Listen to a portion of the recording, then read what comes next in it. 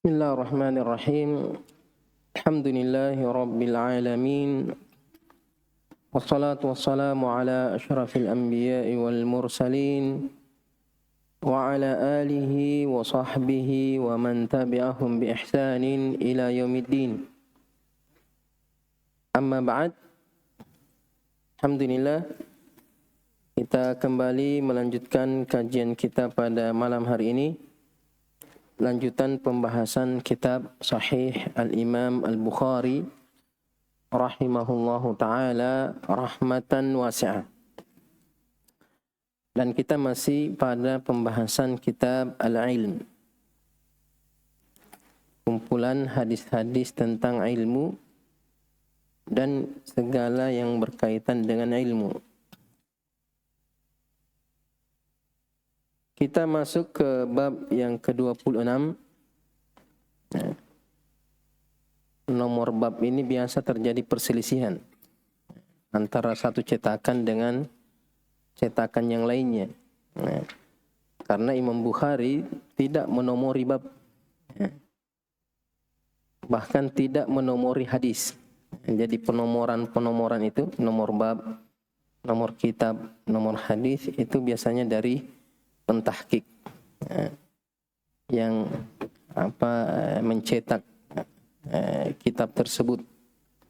Jadi biasa terjadi perbedaan penomoran.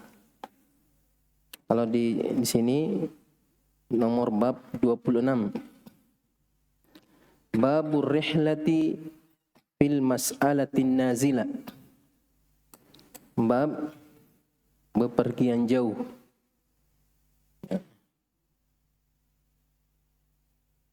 Fil mas'alatin nazila, pada perkara-perkara yang baru terjadi, perkara yang tiba-tiba terjadi atau baru saja menimpa kita.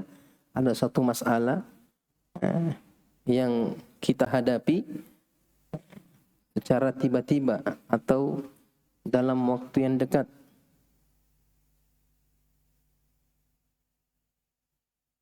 Bepergian untuk mengetahui jawabannya, mengetahui jalan keluarnya, solusinya, untuk lebih jelas bagaimana menyikapi masalah yang terjadi tersebut. Dalam beberapa nuskha cetakan ada tambahan di judul babnya. Kalau di cetakan saya ini Fathul Bari, tentang wa ta'alimi ahlihi, wa ta'alimi ahlihi, ada kan di sini bab yang ke-26. Ada tambahan kalimat wa ta'alimi ahlihi. Di bepergian jauh, ketika mendapatkan suatu masalah yang baru saja terjadi, untuk mengetahui jawabannya, solusinya, jalan keluarnya, bagaimana menyikapinya, kemudian mengajarkan apa yang telah dia peroleh kepada keluarganya. Tapi Al-Hafidh Ibnu Hajar di Fathul Bari mengatakan bahwa tambahan ini tambahan yang keliru. Tambahan wa ta'alimi ahlihi. Yang benar bahwa itu tidak ada dalam judul bab tersebut. Kenapa? Karena akan ada bab khusus tentang pentingnya seseorang mengajarkan ilmu kepada keluarganya. Ada bab tersendiri sehingga tidak cocok disebutkan di bab ini. Jadi dalam bab ini Imam Bukhari akan menjelaskan pentingnya seseorang itu ketika ada masalah jangan dibiarkan. Jangan berusaha mencari solusinya sendiri. Tapi segera mendatangi ahli ilmu, mendatangi orang-orang yang dianggap punya ilmu, yang punya wewenang dalam masalah tersebut untuk lebih jelasnya masalah tersebut. Makanya dalam Al-Quran Allah menegur orang-orang yang ketika mendapati suatu perkara, mendapati suatu masalah, bukannya dia mencerna baik-baik masalah tersebut, memikirkannya, tapi justru langsung menyebarkannya. Langsung disodorkan kepada publik. Allah mengatakan wa idza ja'ahum amrun minal amni awil khaufi adza'u bih walau radduhu ila rasuli wa ila ulil amri minhum alimahu alladziina yastanbitunahu minhum. Mereka ketika mendapatkan informasi suatu kejadian nazilah, baik itu perkara yang membahayakan, perkara yang menakutkan, atau perkara yang menggembirakan, perkara yang membuat kita menjadi tenang. Artinya ketika mendapatkan suatu kejadian, suatu informasi baik atau buruk, itu jangan langsung disebar, jangan langsung diviralkan. Tapi kata Allah, walau radduhu ila rasul wa ila ul amri minhum la'alimahu alladziina yastanbitunahu minhum. Seandainya dia kembalikan dulu, walau radduhu ila Allah wa ila rasul wa ul amri minhum, kembalikan dulu kepada Allah, cari dulu jawabannya di dalam Al-Quran. Di masa Nabi, sampaikan dulu kepada Nabi SAW. Di masa sekarang, kita periksa dalam hadis-hadis Nabi SAW, mungkin ada jawabannya. Kalau tidak punya ilmu dalam hal itu, kembalikan kepada ulil amr. Kalau berkaitan dengan masalah kenegaraan, pemerintahan, serahkan, tanyakan langsung kepada pemerintah, penguasa. Bagaimana menyikapi masalah ini? Apa yang harus kita lakukan dalam perkara ini? Kalau berkaitan dengan masalah pemerintahan. Tapi kalau berkaitan dengan masalah agama, masalah-masalah yang berkaitan dengan umat Islam secara khusus, kembalikan kepada ulama. Tapi kita biasanya tidak melakukan seperti itu. Ada masalah langsung heboh. Baik perkara yang menggembirakan, karena terkadang tidak semua orang bijak dalam menyikapi perkara-perkara yang menggembirakan. Ada perkara-perkara, sekalipun itu perkara baik, harus dipikir matang-matang dulu. Apakah ini bisa dikonsumsi oleh semua orang, atau hanya bisa dikonsumsi oleh orang-orang tertentu. Karena sekalipun itu perkara baik, tapi kalau disodorkan kepada orang awam seumpamanya, mereka tidak pandai dalam menyikapinya. Makanya ingat hadisnya Mu'adz bin Jabal, ketika Nabi bertanya, ma haqqullahi 'alal ibad wa ma haqqul ibadi 'ala Allah. Ketika Nabi mengatakan haqqullahi 'alal ibad ay ya'buduhu wa la yusyriku bihi syai'an, menyembah Allah dan tidak menyekutukannya, dan haknya hamba terhadap Allah alla yu'adziba man la yusyriku bihi syai'an. Mu'adz mengatakan, afala ubasyirun nas, berita gembira, bolehkah saya mengabarkan kabar gembira ini kepada orang-orang tentang hadis ini? Saya mengatakan, la, jangan disebarkan. Fayattakilu, khawatir mereka akan berpangku tangan, terlalu mendominan rajanya daripada khaufnya, merasa sudah mendapatkan jaminan tidak akan diazab karena merasa sudah mentauhidkan Allah, sehingga meninggalkan amal, meninggalkan ibadah. Jadi Nabi melarang Mu'adz untuk menyebarkan berita gembira ini karena khawatir ada di antara sahabat ini, sahabat Nabi, yang tidak bisa memahami hadis tersebut dengan baik. Jadi ketika ada perkara nazilah, perkara baru, perkara yang lagi heboh, perkara atau ada isu, ada komentar ini apa saja, maka jangan langsung disebarkan, jangan langsung diviralkan. Baik itu perkara yang menggembirakan ataupun perkara yang membahayakan. Apalagi kalau berkaitan dengan umat, berkaitan dengan kemaslahatan umum. Tapi tanyakan dulu kepada ahlinya. Ini bagaimana menyikapi ini, berita ini? Bagaimana menyikapi kejadian ini? Bolehkah kalau perkara baik, bolehkah kita ikut juga memviralkannya? Kalau perkara buruk, bagaimana kita menyikapinya? Apa yang harus kita perbuat? Nah, terkadang nanti sudah heboh, nanti sudah terjadi fitnah, baru kembali kepada ahli ilmi. Sehingga kalau masalah itu sudah tersebar, sulit lagi dikontrol. Dan itu banyak, sampai hari ini, sampai detik ini. Terkadang ada sesuatu yang sifatnya privasi, sudah dijelaskan di situ, ini tidak boleh disebar, tapi disebar juga. Ketika sudah ada satu yang menyebarkan, yang jangan juga ikut menyebarkan. Tanpa ada tasabbut, tanpa mengembalikan itu kepada yang berwenang. Seumpamanya ada ucapannya Ustadz di screenshot, padahal ucapannya itu di forum khusus, hanya orang tertentu, tapi sebagian dia screenshot kemudian disebar. Ikut juga menyebarkan, kan Ustadz yang sebar, jangan tunggu dulu.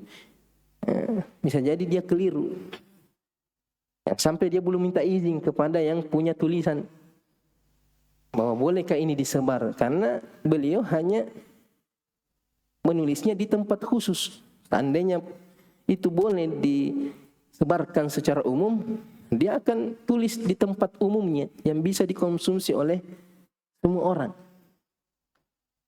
Dia akan tulis di akun khususnya yang bisa dibaca oleh semua orang. Tapi kenapa beliau tidak cantumkan di situ? Kenapa hanya menyebutkan di forum khusus? Itu tanda bahwa beliau tidak mau ini tulisan dikonsumsi oleh khalayak umum, dan akan menimbulkan fitnah, akan ada mafsadah di belakangnya. Jadi hati-hati, kalau kita sudah menuntut ilmu, jangan terlalu sembarangan menyebarkan sesuatu. Sekalipun itu baik, perkara yang bagus, kita gembira dengan berita itu, tapi tunggu dulu, itu bolehkah disebar atau tidak? Bolehkah disampaikan kepada orang umum? Apalagi kalau masalah yang membahayakan, mengkhawatirkan. Apalagi kalau perkara yang menyangkut masalah umum, masalah kenegaraan, bisa jadi terjadi pertumpahan darah. Makanya di sini Imam Bukhari mengatakan pentingnya seseorang itu rehlah. Kalau perlu, kalau dia tidak mendapatkan di negerinya, di tempatnya orang yang bisa ditanyai, dia datang ke tempat yang jauh. Bahkan sekalipun dia tahu ilmunya, dia bisa menyikapinya, tapi ketika dia merasa bahwa ada yang lebih pantas untuk memberikan jalan atau memberikan nasihat, maka dia datang. Seperti yang tadi disebutkan. Ketika Yahya bin Ya'mar dengan Al-Himyari, ketika terjadi fitnah Qadariyah, sebenarnya dua ulama ini bisa mengeluarkan fatwa, bisa menjawab syubhat-syubhat Qadariyah, karena mereka tahu bahwa ini sesuatu yang menyimpang, tapi tidak mengeluarkan fatwa, tidak mengeluarkan komentar sebelum bertemu dengan sahabat Nabi sallallahu alaihi wasallam untuk lebih jelas, untuk lebih meyakinkan bahwa apa yang terjadi itu betul-betul menyimpang. Setelah dapat fatwanya Abdullah bin Umar, baru dia sebarkan di kampungnya, di Basra. Saking pentingnya seseorang itu tasabbut. Pentingnya seseorang itu rihla, bepergian, menanyakan kepada ulama, kepada orang-orang yang dianggap punya hak atau wewenang dalam membahas masalah-masalah tersebut. Di dalam bab ini Imam Bukhari hanya menyebutkan satu hadis dengan sanadnya. Beliau rahimahullah berkata, haddatsana Muhammad bin Muqatil Abul Hasan qala akhbarana Abdullah bin Mubarak. Biasanya kalau Abdullah di tingkatan gurunya guru Imam Bukhari, biasanya itu Abdullah ibn Mubarak. Qala akhbarana Umar bin Sa'id ibn Abi Husain.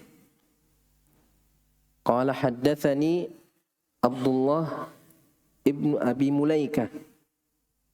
Abdullah ibn Abi Mulaika, nama lengkapnya Abdullah ibn Ubaidillah ibn Abi Mulaika. Abdullah ibn Ubaidillah ibn Abi Mulaika. Jadi hati-hati. Biasanya banyak ulama atau perawi hadis dia disandarkan kepada kakeknya, bukan kepada bapaknya. Seperti Ahmad ibn Hanbal. Imam Ahmad ibn Hanbal itu Ahmad ibn Muhammad ibn Hanbal. Ya. Apalagi yang ingin bergelut di ilmu hadis, ketika mencari biografi dia capek cari-cari mana Abdullah ibn Abi Mulaika. Ternyata biografinya ada di Abdullah ibnu Ubaidillah ibnu Abi Mulaika. Dan itu boleh seseorang menisbatkan dirinya kepada kakeknya. Seperti yang dilakukan oleh Nabi ketika di perang Hunain. Nabi mengatakan, ana nabiyyu la kadzib, ana ibnu Abdul Muttalib. Nabi menyandarkan dirinya kepada kakeknya.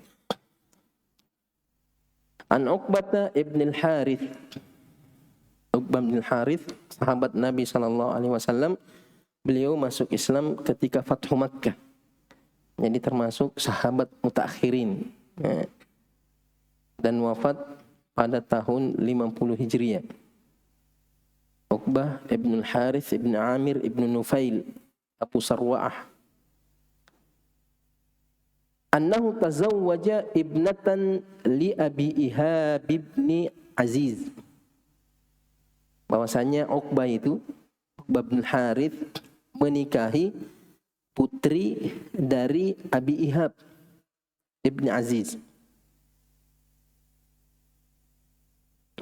Al-Hafidz Ibnu Hajar menyebutkan bahwa nama istrinya ini, nama putrinya Abi Ihab ini Ghaniyah.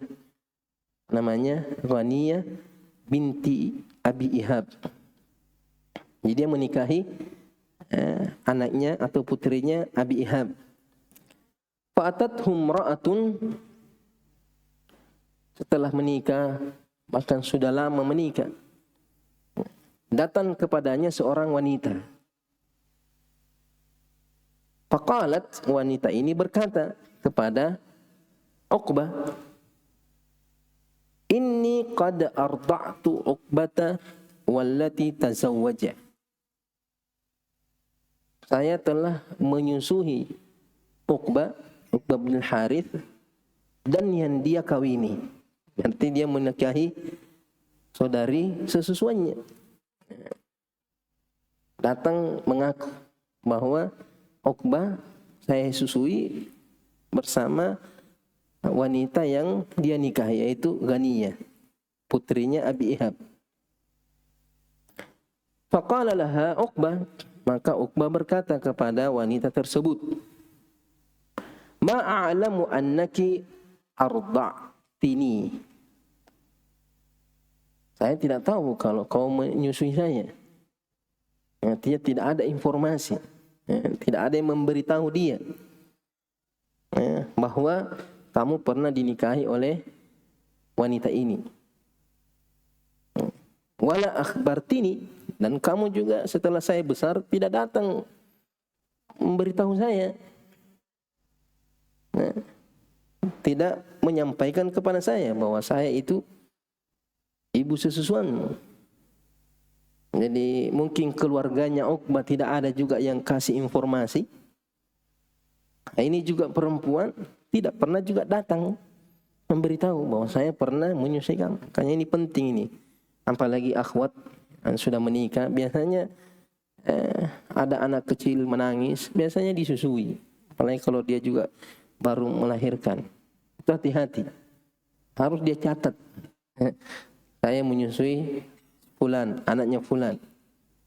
Pertama, kedua, ketiga, keempat, kelima. Harus dicatat. Supaya tidak terjadi seperti ini. Apalagi ada mahasiswa saya dulu itu, dia bikin risalah tentang masalah ini. Masalah sesusuan.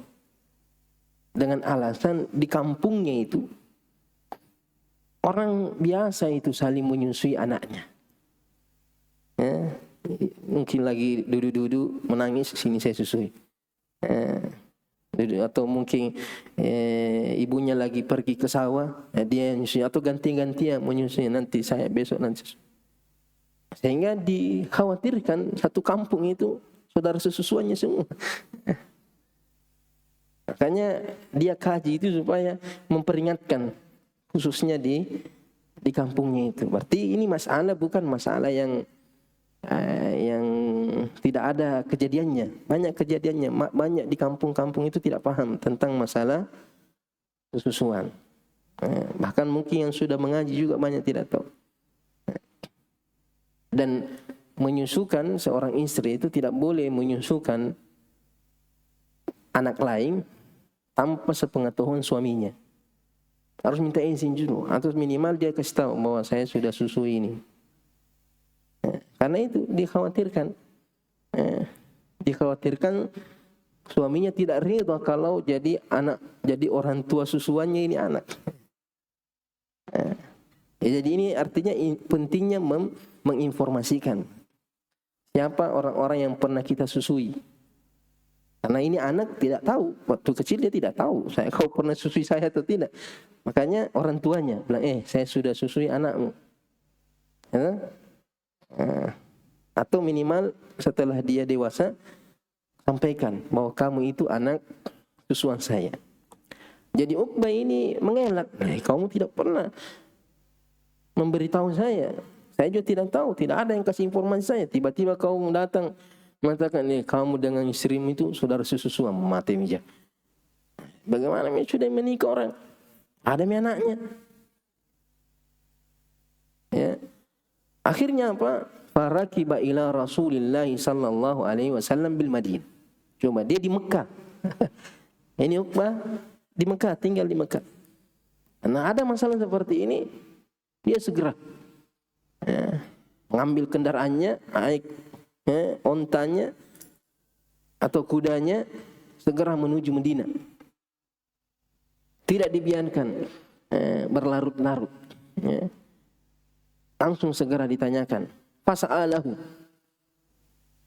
Kemudian setelah tiba di Madinah, Uqbah menanyakan hal tersebut kepada Nabi sallallahu alaihi wasallam. Faqala Rasulullah sallallahu alaihi wasallam, Rasulullah sallallahu alaihi wasallam bersabda, kaifa wa qad qil. Kaifa wa qad qil. Artinya Uqbah ini datang, ya Rasulullah, ini perempuan datang bilang saya dan istriku sesuatu, tidak pernah saya begini. Artinya seolah-olah Uqbah keberatan dengan pengakuan wanita tersebut. Dia rusak keluarganya orang. Tapi kata Nabi, kaifa wa qad qil. Bagaimana Nabi? Sudah ada yang mengatakannya seperti itu. Sudah ada pengakuan. Tidak bisa lagi dicabut pengakuan itu. Fafaraqaha Uqbah. Akhirnya Uqbah tidak bisa berbuat apa-apa, segera menceraikan istrinya. Segera menceraikan istrinya, wa nakahat zaujan ghairahu. Wa naqahat zaujan ghairahu, artinya istrinya ini menikahi suami yang lain, sudah menikah dengan laki-laki yang lain. Cepat dia move on. Ya, karena ada juga susah sekali.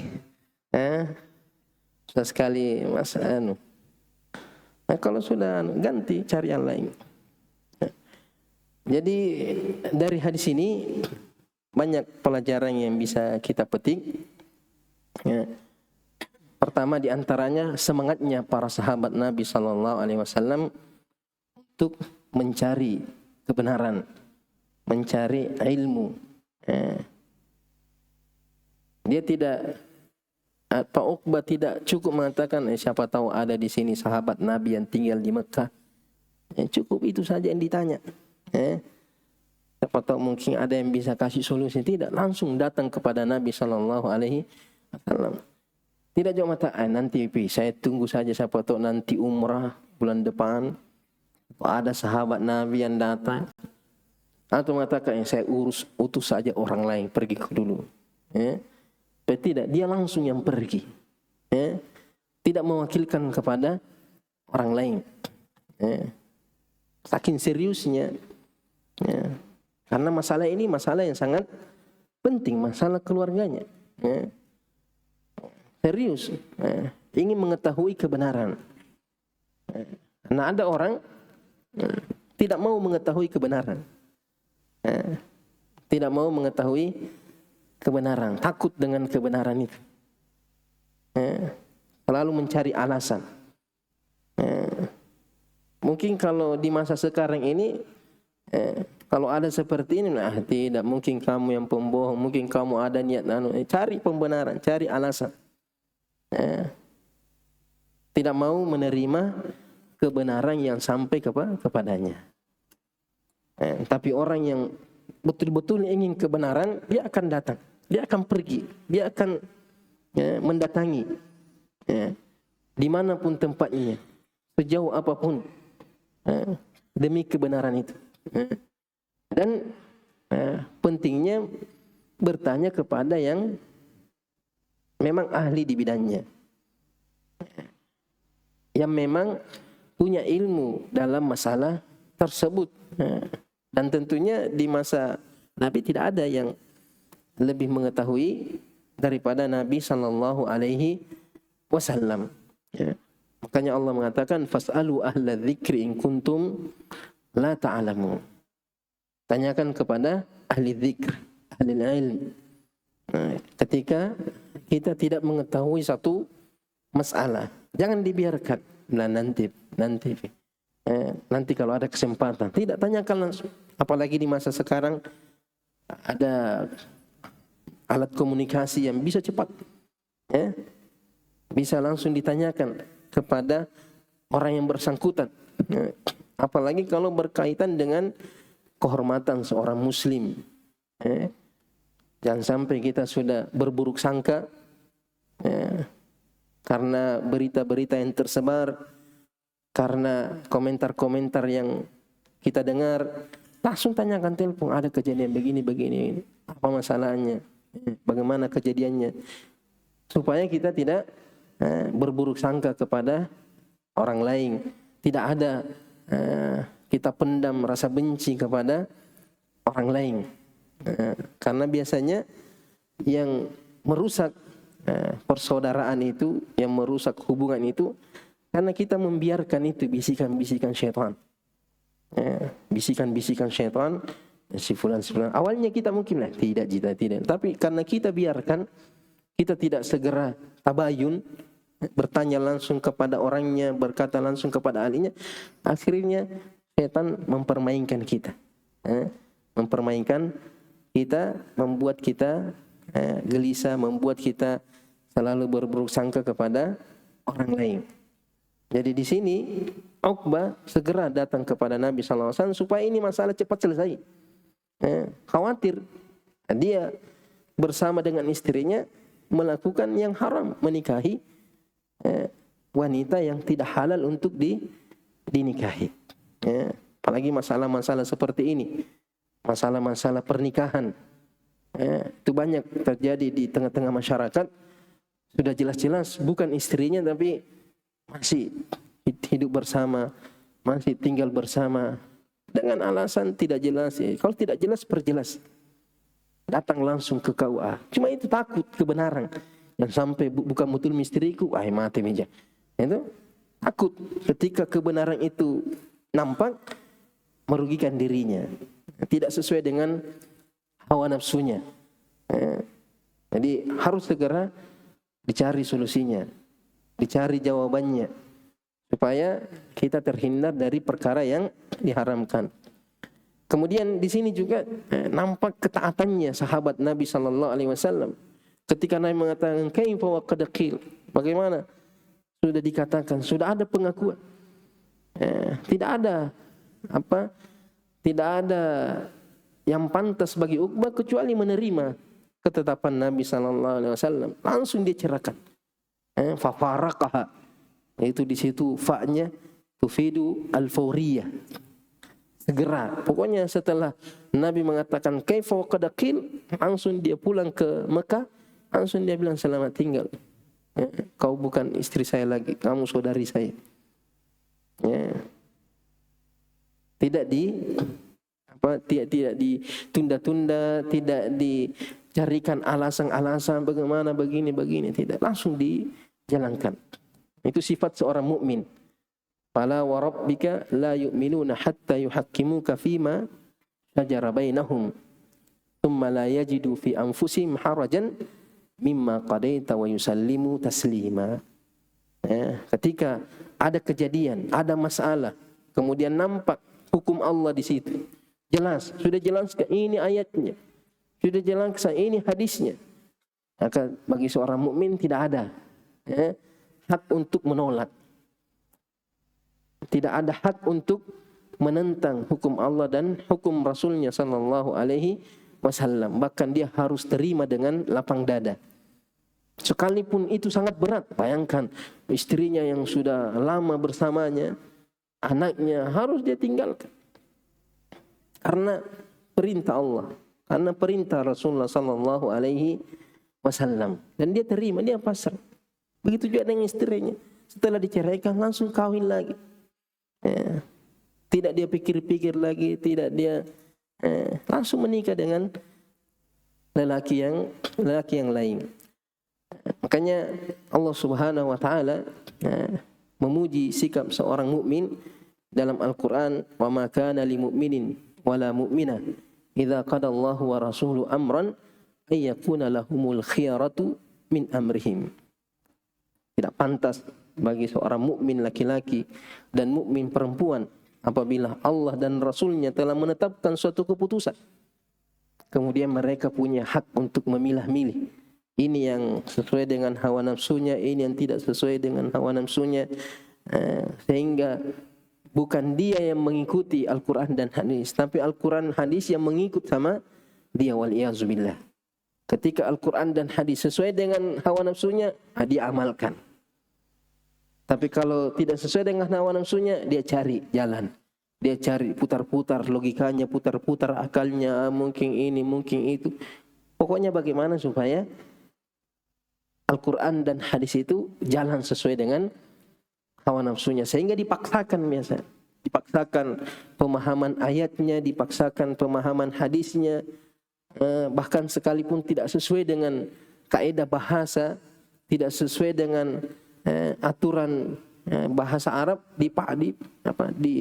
ditabrak semuanya. Yang penting apa? Ayat itu atau hadis itu cocok dengan apa yang dia inginkan. Nah, ini bukan sifat seorang mukmin. Kemudian di antara faedah dari hadis ini, pentingnya seseorang itu mendahulukan sikap kehati-hatian. Kehati-hatian. Ketika ada masalah yang tidak jelas antara halal dengan haram, antara boleh atau tidak boleh, maka bagi seseorang pribadi itu lebih mendahulukan sikap kehati-hatian untuk pribadinya. Beda untuk orang lain, kalau dia berfatwa maka dia mendahulukan ilmu daripada sikap kehati-hatian untuk dirinya. Karena sikap kehati-hatian itu memberatkan. Kalau mau memberatkan, beratkan diri sendiri. Tapi kalau untuk orang lain, kalau kita punya ilmunya, kalau kita punya jalan keluar untuk orang lain, maka kita kasih jalan keluarnya. Kalau bisa kita memberikan keringanan dan keringanan itu tidak bertentangan dengan hukum Allah dan Rasul, maka kita kasih keringanan kepada orang lain. Tapi kalau untuk kita lebih mendahulukan sikap kehati-hatian. Makanya Nabi SAW mengatakan, da'ma yaribuka ila ma la yaribuk. Jadi sekalipun ucapan wanita ini belum jelas, tidak disebutkan juga siapa ini perempuan. Apakah dia jujur? Apakah dia benar? Apakah dia dusta? Tapi untuk kehati-hatian, Uqbah lebih memilih untuk menceraikan istrinya. Makanya Nabi SAW di hadisnya Nu'man bin Bashir katakan, innal halala bayyinun wal harama bayyinun wa ma bainahuma umurun musyabbihat atau mushtabihat la ya'lamuha katsirun minan nas. Perkara syubhat itu tidak jelas halal haramnya. Ada sisi halalnya, ada sisi haramnya. Tidak tahu apakah dia lebih kuat kepada yang halal atau lebih kuat kepada yang haram. Kebanyakan orang tidak tahu. Tapi ada sebagian orang yang tahu. Karena Rasul mengatakan semua orang tidak tahu. Tapi la ya'lamu katsir. Tidak diketahui oleh kebanyakan orang. Berarti ada orang-orang yang dalam ilmunya, dia bisa tahu bahwa ini yang syubhat ini dimasukkan kepada yang halal sehingga boleh. Nah, ini masalah lebih dekat kepada yang haram sehingga tidak boleh. Tapi itu sedikit orang yang tahu. Cuma karena kebanyakan orang tidak tahu, maka sebaiknya mengambil sikap kehati-hatian. Famanittaqas syubhat faqad istabra'a li dinihi wa 'irdihi. Siapa yang meninggalkan perkara syubhat, tidak jelas halal atau haram. Ada kemungkinan halal. Ada kemungkinan itu halal, dia tinggalkan. Kenapa? Karena khawatir jangan sampai haram. Dia lebih pilih jalan yang aman. Siapa yang memilih meninggalkan yang syubhat, berarti dia telah menyelamatkan, menjaga agamanya, supaya tidak terjerumus kepada yang haram, dan menjaga kehormatannya, supaya orang tidak menuduh dia dengan tuduhan-tuduhan yang tidak benar. Makanya hati-hati dalam bersikap, karena banyak orang terkadang tidak paham terhadap sikap kita. Kita mungkin berpendapat bahwa itu perkara yang halal, tapi mungkin orang lain menganggap bahwa itu perkara yang tidak halal karena termasuk perkara yang syubhat. Ketika melakukan sesuatu yang syubhat, maka siap-siap saja orang akan berbicara tentang kehormatan kita, karena kita tidak menjaga diri dari perkara yang syubhat. Kemudian di antara faedah dari hadis ini bahwasanya persaksian seorang wanita, satu orang, itu diterima pada perkara-perkara yang tidak diketahui kecuali seorang wanita. Masalah-masalah yang khusus bagi perempuan. Seperti masalah radha'ah, masalah kesusuan. Ketika ada seorang wanita mengatakan saya menyusui si fulan, maka langsung diterima. Tidak perlu ada saksi, tidak perlu ada orang kedua yang ikut membenarkan atau ikut bersaksi dalam perkara tersebut. Cukup satu orang saja. Begitu juga dengan perkara seorang wanita itu sudah suci atau sedang datang bulan. Ini juga perkara-perkara yang hanya diketahui oleh kaum wanita, sehingga persaksiannya cukup satu orang. Jadi di sini Nabi tidak mengatakan siapa saksinya bahwa dia menyusui kamu. Tidak, langsung Nabi mengatakan kaifa wa qad qil. Nabi tidak mengatakan panggil itu perempuan itu. Mana bukti-buktinya? Siapa yang menyaksikan kau menyusui dia? Tidak. Langsung diterima. Adapun selain itu, perkara-perkara yang berkaitan dengan perkara umum, perkara harta, maka itu perlu ada saksi yang lain. Perlu ada saksi yang lain. Seperti firman Allah Subhanahu wa taala di suratul Baqarah, wastashhidu syahidaini min rijalikum fa illam yakuna rajulaini farajulun wa imra'atan.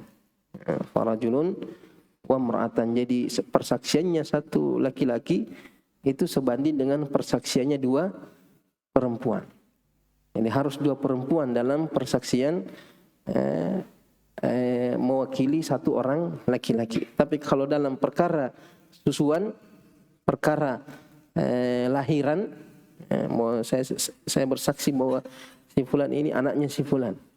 Saya lihat dia lahir, saya lihat dia dilahirkan, maka dia boleh diterima persaksiannya sekalipun sendiri, karena ini berkaitan dengan masalah kewanitaan. Kemudian di antara faedah dari hadis ini, pentingnya seseorang meninggalkan sesuatu itu karena Allah Subhanahu wa ta'ala.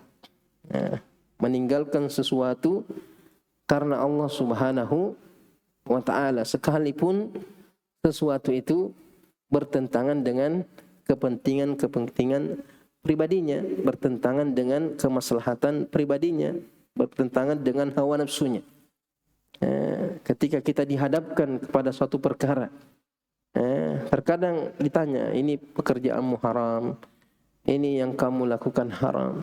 Sekalipun itu sesuatu yang berat ditinggalkan, sesuatu yang sulit ditinggalkan, tapi kalau dia tinggalkan karena Allah Subhanahu wa ta'ala, maka besar sekali balasannya. Nabi sallallahu alaihi wasallam bersabda, innaka lan tad'a syai'an lillah azza wa jalla. Engkau tidak meninggalkan sesuatu karena Allah Subhanahu wa ta'ala. Kamu tinggalkan karena Allah. Allah memerintahkan kita untuk meninggalkannya.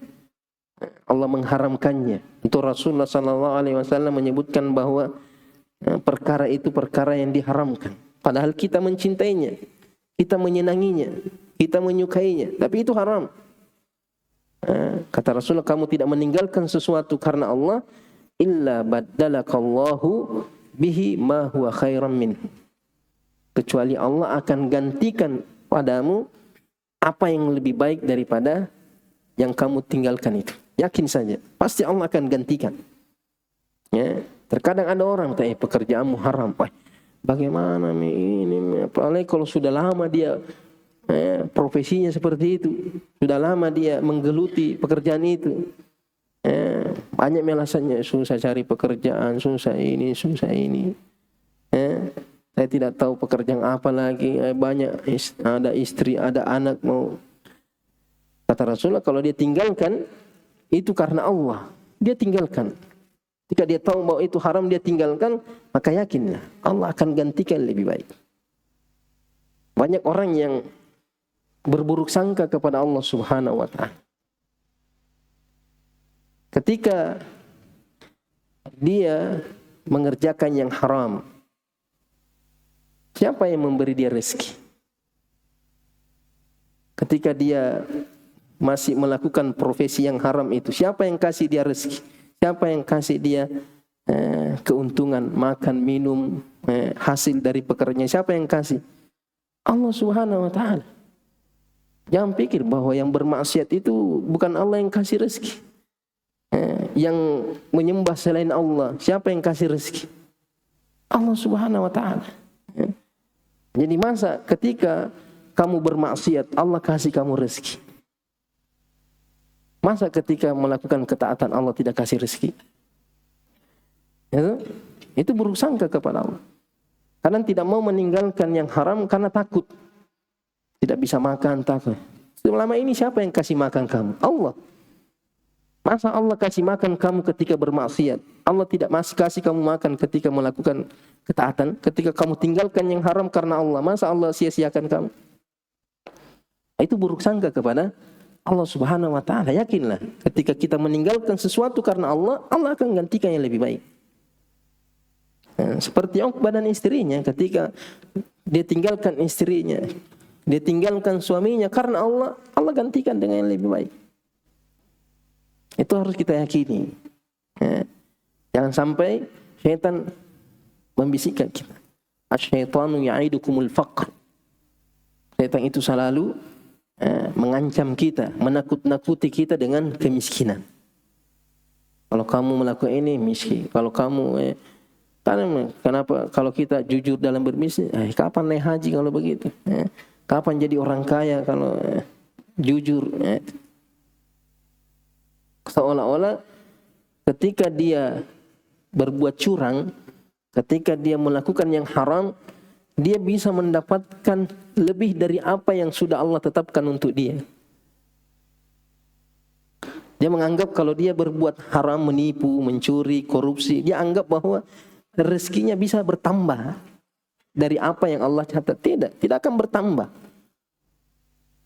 Apa yang kita makan, apa yang kita nikmati, itu sudah ditetapkan oleh Allah Subhanahu wa ta'ala. Mau pakai cara yang halal ataupun mau pakai cara yang haram. Tapi kalau kita pakai cara yang haram, kita dapat dosa. Kalau kita pakai cara yang halal, kita dapat pahala. Makanya kalau kita bersabar, tidak mengambil dari dunia itu kecuali dengan cara yang halal, maka kita akan mendapatkan rezeki yang halal. Jadi ini harus menjadi keyakinan. Apa saja kita tinggalkan karena Allah. Kita mungkin dizalimi, kita disakiti, kita maafkan karena Allah. Yakinlah Allah akan gantikan lebih baik. Bagaimana Nabi SAW memaafkan penduduk Mekah. Bagaimana kezalimannya penduduk Mekah kepada Nabi SAW. Tapi Nabi maafkan. Karena Allah. Berat memang. Kita memaafkan orang yang mencaci maki kita, menghina kita, itu berat. Tidak.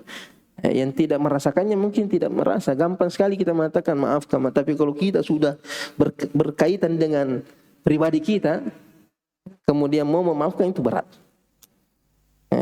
Jadi kita maafkan karena Allah. Kita tinggalkan kepentingan diri kita karena Allah Subhanahu wa ta'ala. Pasti Allah akan berikan yang lebih baik. Allah akan lebih tinggikan derajat kita. Allah akan berikan kita kedudukan yang lebih mulia. Kata Rasulullah, ma tawada ahadun lillah illa rafa'ah. Tidaklah seseorang itu merendah, tawadu karena Allah, kecuali Allah akan mengangkat dia. Kemudian kita sudah ketahui bahwasanya hukum menyusui atau menikahi saudara sesuang itu hukumnya haram. Dari hadis ini Nabi suruh memisahkan. Sebagaimana dalam Al-Quran Allah Subhanahu wa ta'ala telah menyebutkan wanita-wanita yang diharam untuk dinikahi. Di antaranya wa ummahatukum allati arda'nakum wa akhawatukum minar radha'ah. Kemudian saya percepat sedikit. Kapan seseorang itu sah menjadi susuan? Ada syaratnya. Tidak semua yang disusui langsung menjadi anak susuannya. Ada 3 syaratnya. Yang pertama, susunya itu susu manusia. Ini kalau susu sapi, kamu tidak bersaudara dengan sapi. Atau susu monyet, kamu bisa tidak. Harus manusia, antara manusia dengan manusia. Kemudian kedua, tidak kurang dari 5 susuan. Mengenyangkan. 5 rada'at musybi'at. Artinya apa? Dia susui sampai anak bayi itu melepaskan sendiri susunya. Bukan dia susui baru dia tinggal, tidak. Sampai anak itu kenyang, kemudian dia lepas sendiri susunya. Itu berarti sudah dihitung 1. Nanti lapar lagi, dia susui lagi, sudah ditunda sekalipun dalam 1 hari. Mungkin pagi dia susui, siang dia susui, malam dia susui. Berarti sudah dihitung 3. Yang penting dia menyusu sampai kenyang. Jadi 5 kali susuan. baru dianggap dia sebagai ibu susuannya. Kemudian yang ketiga, menyusui di masa penyusuan. Masa penyusuan 2 tahun. Jadi kalau dia sudah umur 2 tahun lebih, maka tidak lagi menjadi susuannya. Jadi dia susui di bawah umur 2 tahun. Siapa yang haram dinikahi dari susuan? Kata Nabi sallallahu alaihi wasallam, yahrumu minar rada'ati ma yahrumu minan nasab. Diharamkan dari susuan semua yang diharamkan dari nasab. Jadi semua yang haram dari segi nasab, keturunan, itu juga haram dari segi susuan. Jadi seumpamanya ada seorang wanita menyusui anak. Si A wanita menyusui si B. Maka si B ini sudah menjadi anak susuannya. Kalau ketika sudah jadi susuannya, berarti suaminya si A ini menjadi bapaknya. Bapak susuannya. Ya. Anak-anak yang dilahirkan oleh wanita ini menjadi saudara susuannya. Begitu juga anak-anak yang dia susui, mungkin ada orang lain yang dia susui menjadi juga saudara susuannya.